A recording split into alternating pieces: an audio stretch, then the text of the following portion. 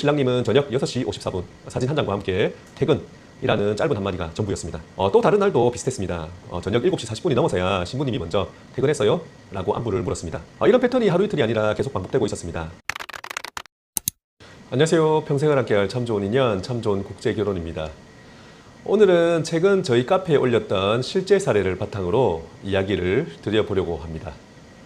교제가 중단되었는데 신랑님은 그 이유를 전혀 모르셨던 사례인데요. 카페에 올린 글의 조회수가 벌써 1500회를 넘었습니다. 그만큼 많은 분들께서 관심을 가져주셨고 국제결혼을 준비하시는 분들이라면 한 번쯤 꼭 생각해 보셔야 할 내용이라고 판단되어서 영상을 준비했습니다. 이번 사례의 신랑님과 신부님은 교제를 시작한 지 얼마 되지 않아서 결국 교제가 중단되셨습니다. 교제가 끝난 뒤에 신랑님께서는 저에게 이렇게 말씀하셨습니다. 도대체 왜 이렇게 된 건가요? 본인은 특별히 잘못한 것이 없다고 생각하셨던 것입니다. 그래서 저는 신랑님께 신부님과 나누셨던 대화 내용을 부탁드렸고 대화를 하나씩 시간 순으로 확인해 보았습니다. 대화 내용을 보니 이런 경우였습니다. 어느 날은 오전 10시 3분 신부님이 마지막으로 카톡을 보냈습니다. 그리고 신랑님은 저녁 6시 54분 사진 한 장과 함께 퇴근이라는 짧은 한마디가 전부였습니다. 또 다른 날도 비슷했습니다. 오전 9시 56분 이후 연락이 없었고 저녁 7시 40분이 넘어서야 신부님이 먼저 퇴근했어요? 라고 안부를 물었습니다. 이런 패턴이 하루 이틀이 아니라 계속 반복되고 있었습니다.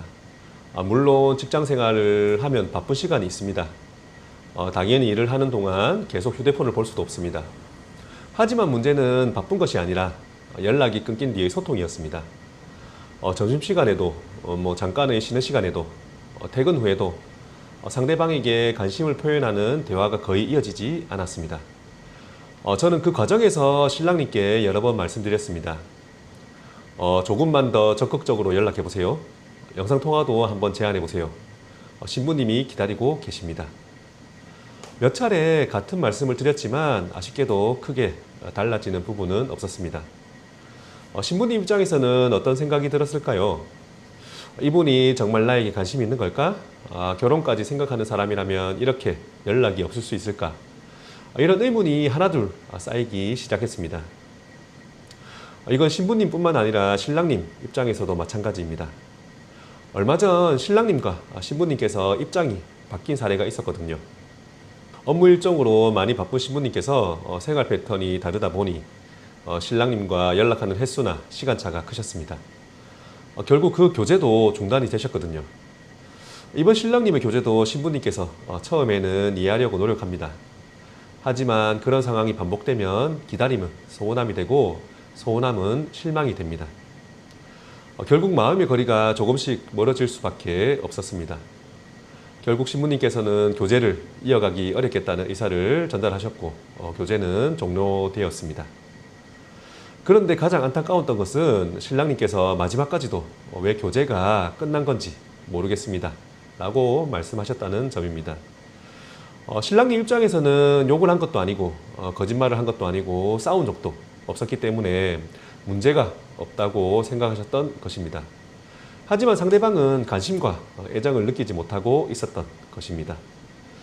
이 영상을 보시는 신랑님께서는 무엇이 가장 큰 문제였다고 생각하시나요?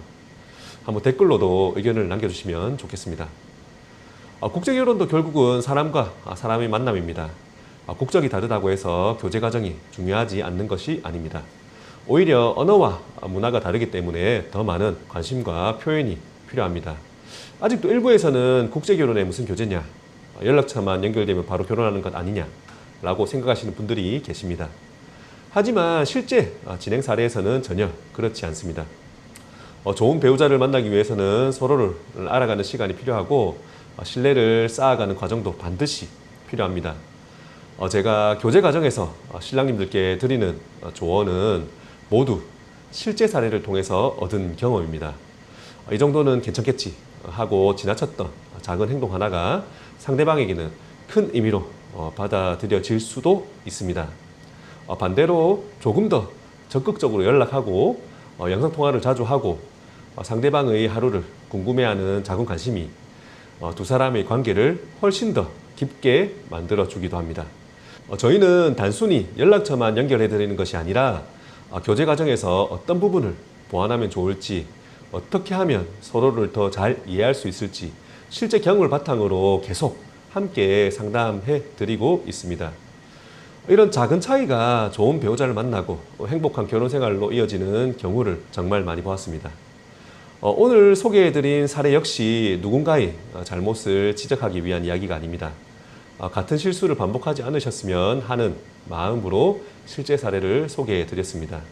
이 영상을 보시는 신랑님들께서도 교제 과정에서 조금 더 적극적으로 소통하시고 상대방의 마음을 한 번 더 생각해 보시는 계기가 되었으면 좋겠습니다. 오늘 영상이 도움이 되셨다면 구독과 좋아요, 알림 설정 부탁드리고요. 저희 참 좋은 국제결혼과 상담이 필요하신 분들은 고정 댓글과 더보기란에 있는 연락처를 통해서 편하게 문의해 주세요. 오늘 영상도 끝까지 시청해 주셔서 감사합니다.